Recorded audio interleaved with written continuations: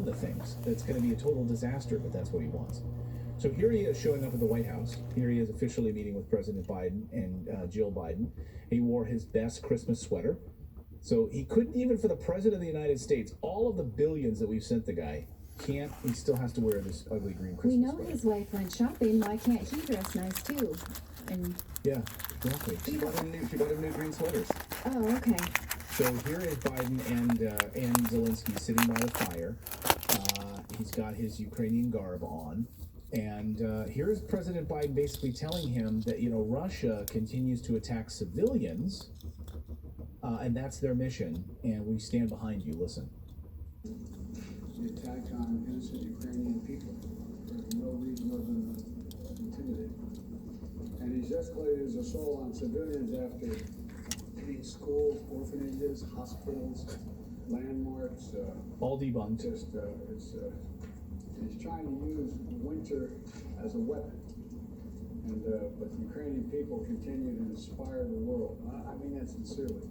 Not just inspire us, but inspire the world with their courage and how they have chosen. Yeah. So he says that Putin is attacking schools, churches, theaters, civilian targets. Okay. Orphanages, anything that grabs your heartstrings. Yeah. And anything that grabs your heartstrings, they're attacking. Orphanages. Yeah, like Tiny Tim is, like he literally is going after like blind orphanages. Yeah. He's in there in the war room. If that's an orphanage, take it out. Take it out. So, good question is, why weren't those evacuated if you had all this time, prepping for war and all of that? Clayton and I were discussing this tactic of a leader wearing military garb and which leaders in history have done this to great effect. And what is it showing us? Because he's now thousands of miles from the battlefield. I thought originally it sort of meant I'm here too. I'm capable of taking up arms too. But in the White House, it's just sort of a Franco type move. Like a leader. I feel it makes him more relatable. He's like Fidel Castro. He's not in a suit. Like Fidel Castro, like he just wears fatigues every day and a hat. Like I said, it makes it very easy. It makes it very easy to like go to your closet in the morning. Like, what am I wearing today here in Ukraine? It's cold. Maybe those of you in the chat can think of other leaders who dressed out like a baseball coach. Well, people are going to be like, oh, but he's so modest. He doesn't wear suits. He doesn't have these really expensive clothing. He's doing his job. Like there are people that will mean something to. Right. Sure. Yeah. He's there. He's constantly working. He's deep in the trenches. But what I wanted to bring this home on this point, which is what we heard from a couple of White House officials over the past 24 hours. And it's very, very subtle. I want to play this video and see if you can pick up on where there's this new tone of this war and what this means, because they know what's about to happen. They know that Ukraine is about to totally be wiped off the map, and they know that Putin is about to unleash a massive winter offensive to finally put an end to the genocide in the Donbass and secure that section of the country. So we know what's coming.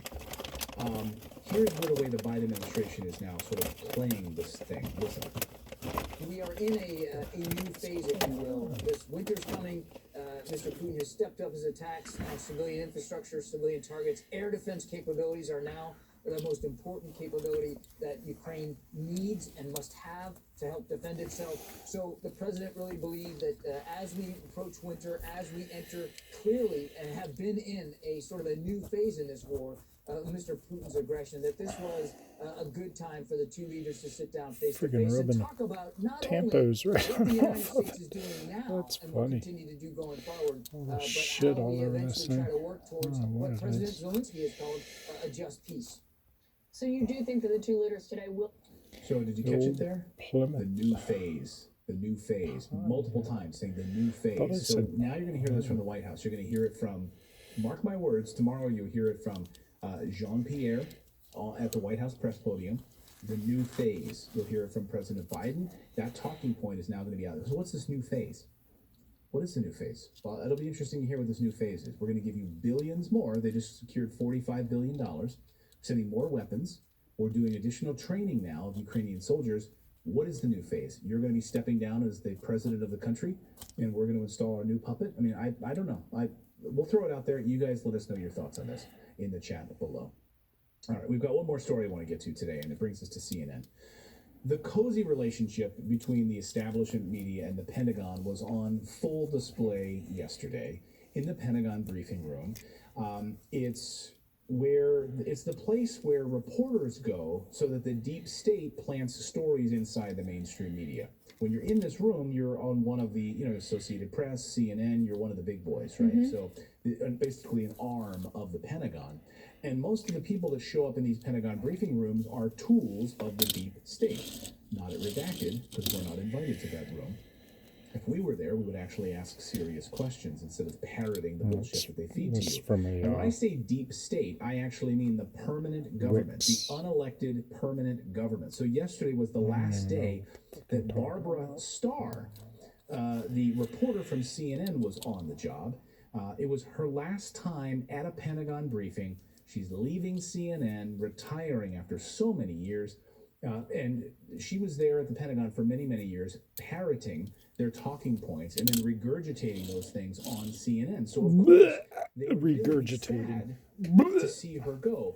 Who is going to, sit in her place now and carry the water for the Pentagon? So here is Barbara Starr. You probably recognize her over the years. You've seen her on CNN. There she is, parroting all sorts of Pentagon talking points and carrying the water for the Pentagon. So here was the moment yesterday when the Pentagon decided Wisk to do a laundry portion of their press detergent. conference to thank Starr for her, quote, That's where that come service from. to the Pentagon. Watch this. It's pretty funny. So before we conclude here, I just have one last thing to say. I'd like to take this opportunity to say farewell to our media colleague, Miss Barbara Starr.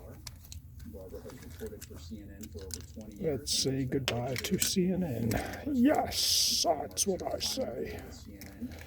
Say bye to CNN, the propaganda news network. Secretary of Defense Austin, Chairman of the Joint Chiefs of Staff General Milley, and the entire Department of Defense. I would like to extend a special congratulations and thank you for many years of timely, insightful, and important reporting on our nation's most pressing defense issues. And someone who has worked with you for many of those last 20 years, and someone who has had to take your late night phone calls and emails and answer your tough but fair questions.